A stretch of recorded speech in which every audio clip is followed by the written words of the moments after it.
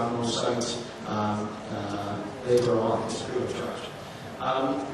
Just for the sake of time, I'll run through what consult is like.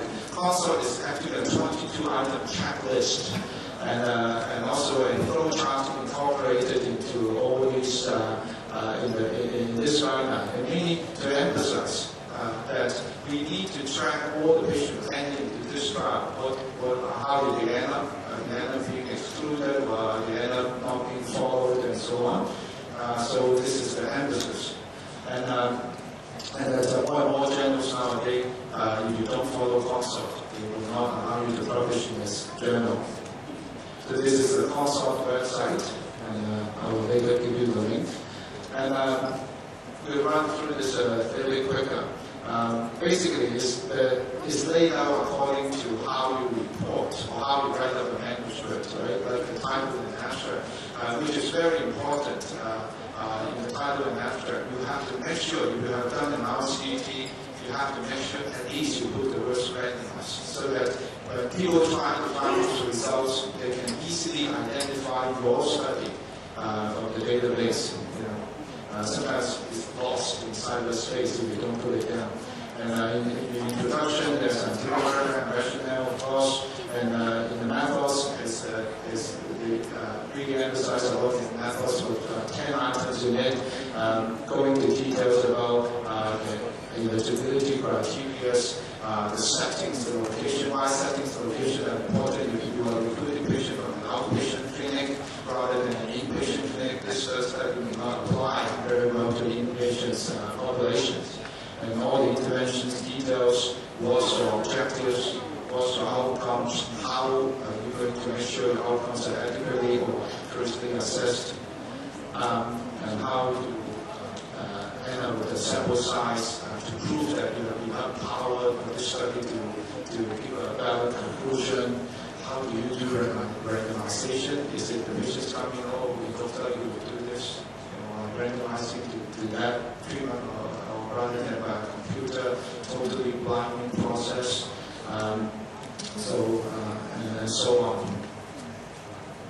So in the results sections, basically, as I say, there's a flowchart. The flowchart in the results section to describe protocol deviation and also the period of recruitment, which is again important. If you recruit patients over many years, the standard of care may have changed already, so that the results may not be applicable, may not be useful.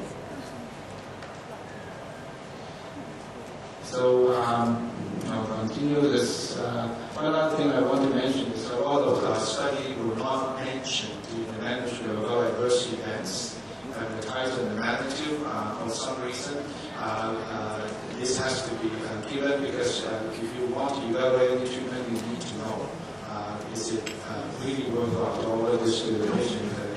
There are a lot of adverse effects. Of course, it is not important, too important acupuncture. Anyway, this is the template of the flow charts. And the discussion, again, is important. We need to make sure we critique the limitation of the studies. We need to make sure how, when we look at the results, can it be generalized to other population or similar population? And how does our results compare with the available evidence? Okay, acupuncture. Right? We talk about the consult statements, which is applied to any RCTs, but and we know that RCTs are designed around drug trials. So acupuncture is quite different from drugs. It's more complicated than drugs. There are many styles of acupuncture: Japanese, Korean acupuncture, and Chinese acupuncture, and so on.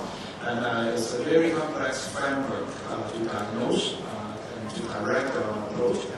Used to like using individualized treatment, and basically there's no standard of care. So it's very difficult to design around an RCT's type of framework, and a lot of being studied to see what is most appropriate. But in terms of this complex medical system, it's very important that we report it accurately so that at the end of the day, we can sit back and really compare approaches. If we don't know the details, we cannot compare the approaches very well. We cannot say, okay, for hot flashes,